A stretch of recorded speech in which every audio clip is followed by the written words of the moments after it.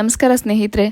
ರೈಲ್ವೆಯಲ್ಲಿ ಸರ್ಕಾರಿ ಉದ್ಯೋಗಕ್ಕೆ ತಯಾರಿಯನ್ನು ನಡೆಸ್ತಾ ಇರುವಂತಹ ಅಭ್ಯರ್ಥಿಗಳಿಗೆ ಸಿಹಿ ಸುದ್ದಿಯೊಂದನ್ನು ರೈಲ್ವೆ ಇಲಾಖೆ ನೀಡಿದೆ. ರೈಲ್ವೆ ನೇಮಕಾತಿ ಮಂಡಳಿ ಲೆವೆಲ್ 1 ಹುದ್ದೆಗಳಿಗೆ ನೇಮಕಾತಿಗಳಿಗಾಗಿ ಅಧಿಸೂಚನೆಯನ್ನು ಬಿಡುಗಡೆ ಮಾಡಿದೆ.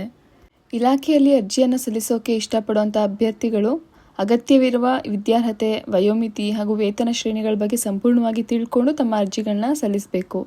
ಈ ವಿಡಿಯೋದಲ್ಲಿ ಏನು ವಿದ್ಯಾರ್ಹತೆ ಬೇಕು, ವಯೋಮಿತಿ ಎಷ್ಟಿರಬೇಕು, ಶೈಕ್ಷಣಿಕ ಅರ್ಹತೆ ಏನಿರಬೇಕು ಹಾಗೂ ಇನ್ನಿತರ ಮಾಹಿತಿಗಳನ್ನ ಸಂಪೂರ್ಣವಾಗಿ ನೋಡೋಣ. ಈ ವಿಡಿಯೋ ಇಷ್ಟ ಆದರೆ ದಯವಿಟ್ಟು ಲೈಕ್ ಮಾಡಿ, ಹಾಗೆ ಯಾರ್ಯಾರಿಗೆಲ್ಲ ಯೂಸ್ ಆಗುತ್ತೆ ಅವರಿಗೆಲ್ಲ ಶೇರ್ ಮಾಡಿ, ಹಾಗೆ ಚಾನಲ್ನ ಸಬ್ಸ್ಕ್ರೈಬ್ ಮಾಡಿ. ಅಪ್ಲಿಕೇಶನ್ನ ಹಾಕೋದಕ್ಕೆ ಇಂಪಾರ್ಟೆಂಟ್ ಡೇಟ್ನ ನೋಡೋಣ. ಈಗಾಗಲೇ ಅಪ್ಲಿಕೇಶನ್ಸ್ನ ತಗೊಳ್ತಾ ಇದ್ದಾರೆ. ಜನವರಿ 23ರಿಂದನೇ ಶುರುವಾಗಿದೆ. ನೀವು 22ನೇ ತಾರೀಕು ಫೆಬ್ರವರಿವರೆಗೂ ಅಪ್ಲಿಕೇಶನ್ಸ್ನ ಹಾಕ್ಬೋದು. ಯಾರೆಲ್ಲ ರೈಲ್ವೆ ಇಲಾಖೆಗೆ ಇವಾಗ ಆಲ್ರೆಡಿ ಪ್ರಿಪೇರ್ ಆಗ್ತಾ ಇದ್ದೀರಾ ಅವರಿಗೆಲ್ಲ ಇದೊಂದು ಒಳ್ಳೆಯ ಆಪರ್ಚುನಿಟಿ ಅಂತ ಹೇಳ್ಬೋದು. ಒಟ್ಟು ಹುದ್ದೆಗಳ ಸಂಖ್ಯೆ ಕೂಡ ಜಾಸ್ತಿ ಇದೆ. 32,438 ಹುದ್ದೆಗಳಿಗೆ ಅರ್ಜಿಯನ್ನು ಆಹ್ವಾನಿಸಲಾಗಿದೆ. ವೇತನ ಶ್ರೇಣಿ ಆರಂಭಿಕ ವೇತನ 18,000 ಇದೆ. ಇನ್ನು ಏಜ್ ಲಿಮಿಟ್ ಏನು ಈ ಒಂದು ಹುದ್ದೆಗೆ ಅರ್ಜಿಯನ್ನು ಹಾಕೋದಿಕ್ಕೆ ಅಂತ ನೋಡೋದಾದರೆ ಕನಿಷ್ಠ 18 ವರ್ಷ ಆಗಿರಬೇಕು. ಹಾಗೆ 33 ವರ್ಷದವರೆಗೂ ಸಹ ಅರ್ಜಿಯನ್ನು ಸಲ್ಲಿಸೋದಕ್ಕೆ ಅವಕಾಶ ಇದೆ. 2020ರ ಕೋವಿಡ್ ಹಿನ್ನೆಲೆಯನ್ನು ಪರಿಗಣಿಸಿ ಎಲ್ಲ ಕೆಟಗರಿ ಅಭ್ಯರ್ಥಿಗಳಿಗೆ 3 ವರ್ಷ ವಯಸ್ಸಿನ ಸಡಿಲಿಕೆಯನ್ನು ಸಹ ನೀಡಲಾಗಿದೆ. ಇನ್ನು ಅಪ್ಲಿಕೇಶನ್ ಫೀಸ್ ಎಷ್ಟಿದೆ ಅಂತ ನೋಡಿದ್ರೆ ಸಾಮಾನ್ಯ ಅರ್ಹತೆ, OBC, ಆರ್ಥಿಕವಾಗಿ ಹಿಂದುಳಿದ ಕೆಟಗರಿಯವರಿಗೆ 500 ರೂಪಾಯಿ ಇದೆ. ಅದರಲ್ಲಿ 400 ರೂಪಾಯಿ ರೀಫಂಡ್ ಆಗುತ್ತೆ.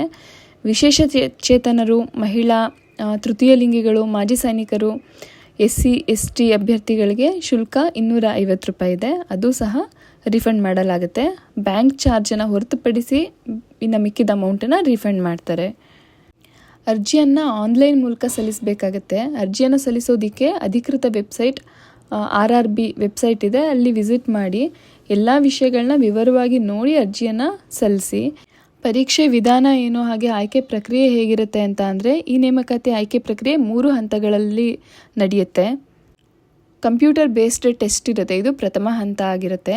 ಇಲ್ಲಿ ಸಾಮಾನ್ಯ ಜ್ಞಾನ, ಗಣಿತ, ರೀಸನಿಂಗ್, ಜನರಲ್ ಅವೇರ್ನೆಸ್ ಮತ್ತು ಕರೆಂಟ್ ಅಫೇರ್ಸ್ ಬಗ್ಗೆ ಕ್ವಶನ್ಸ್ಗಳನ್ನ ಕೇಳ್ತಾರೆ.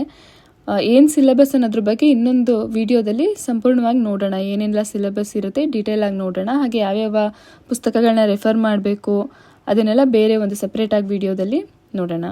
2ನೇ ಹಂತದಲ್ಲಿ ಫಿಸಿಕಲ್ ಎಫಿಷಿಯನ್ಸಿ ಟೆಸ್ಟ್ ಇರುತ್ತೆ. ಕಂಪ್ಯೂಟರ್ ಬೇಸ್ಡ್ ಟೆಸ್ಟ್ನ ಯಾರೆಲ್ಲ ಪಾಸ್ ಮಾಡಿರ್ತಾರೆ ಅಂತಹ ಅಭ್ಯರ್ಥಿಗಳಿಗೆ ಈ ಹಂತದಲ್ಲಿ ದೈಹಿಕ ಸಾಮರ್ಥ್ಯದ ಪರೀಕ್ಷೆನ ನಡೆಸ್ತಾರೆ. ಇದಿಷ್ಟು ರೈಲ್ವೆ ಗ್ರೂಪ್ ಡಿ ಹುದ್ದೆ ಬಗ್ಗೆ ಒಂದು ಮಾಹಿತಿ ಆಗಿತ್ತು.